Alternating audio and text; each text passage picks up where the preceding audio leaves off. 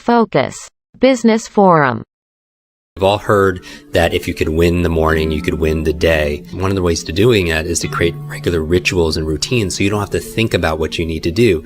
And if you could set up routines and habits, especially early in the day, you could benefit from this science and momentum and create positive momentum as opposed to being reactive, like how a lot of people do. They pick up their phone the first thing and they start reacting and driving distraction and reaction as opposed to proactively spending time with self-care and self-love and having a vision and a direction for your day. So let's get into it. Now, as I jump into this again, this is my ideal day. So sometimes I can't do all of this, but I could do as many as I can. So the first thing I do when I wake up is I recall my dreams.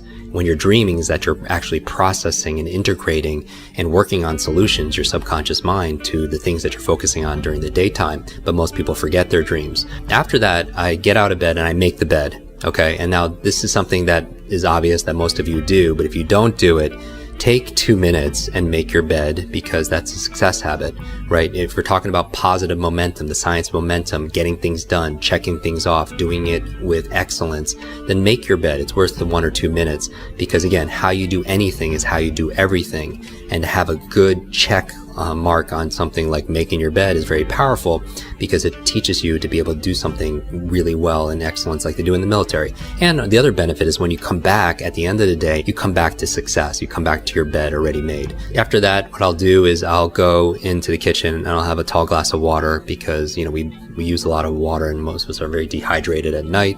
I'll take my supplements there. I take my probiotics, which is the big one, because your gut is your second brain. We talk about quick brain, being your brain in your head, but you also have incredible amount of nerve cells in your gut. And so I want to make sure that's being fed and healthy. So I take my probiotics.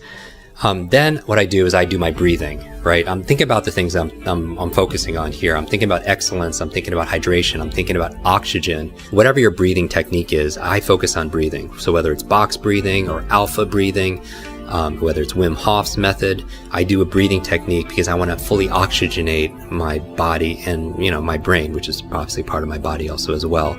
And maybe we could do another episode dedicated towards that. I do my meditation in the morning and also later in the afternoon or evening, sometimes before I go to bed, but I always do an early morning meditation. I do it for about 20 minutes. Mindfulness is so important. So I want to have a clear mind as I enter the day. And so meditation puts me in that space.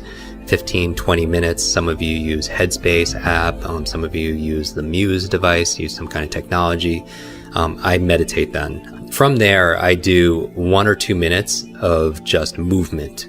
And this could be different. It could be calisthenics, it could be burpees, but I just want to get into my body after I meditate. And so I move my body pretty intensely for a couple minutes. And if I'm in a hotel room, maybe I'm just doing jumping jacks, but I'm doing crunches for 2 minutes straight. I'm just waking my body. That is not my exercise for the day. It's just for me to get my heart rate beating and getting some movement in my body. From there, I take a shower, and it's cold shower. And I do believe in cold therapy. It works for me. It helps me to reset my nervous system. Ice baths are very powerful because it helps. Like if you hit your knee, you put ice on it to reduce swelling and inflammation. Cold therapy is a very powerful way of resetting your nervous system and reducing inflammation. So I take a cold shower. When I get out, I go through my normal routine, right, of shaving and brush my teeth, all that good stuff.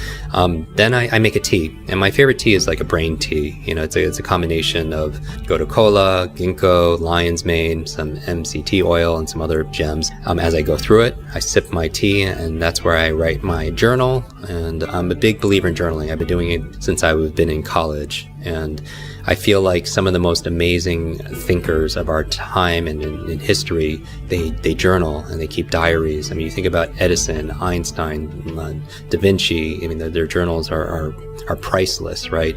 From there, right from journaling, since I'm writing, and I like writing, there's a lot of studies saying that handwriting is better than actually typing. Then, since I'm writing already, I'm going to my to-do list. And we all have most of us have an ongoing to-do list of things that we need to get done. For me, the big thing is I just want to be able to accomplish, as a total win, 3 things for work and 3 things personally. And they don't have to be all epic big things. But I just feel like that if I could get 3 of my work goals done on my to-do list and 3 of my personal things to do, then it's been a great day. And, it's kind of like my friend Clay Hebert talks about a champagne moment. It's like your champagne moment when you're looking back at the end of the day saying, yes, today was a great day. Today I crushed it. Today I won. And in addition to my to-do list, I also have a list, to feel list, because I feel like a lot of our who we are is our states and emotions, and I think I don't want it to be just where I happen to feel a certain way by accident. It's by its design.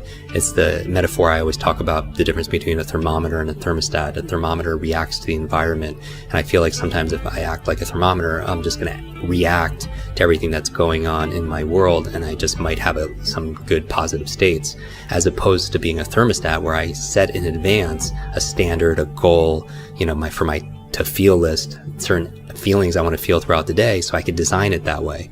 To feel love, to feel curious, to feel bewilderment, right? Connection, gratitude.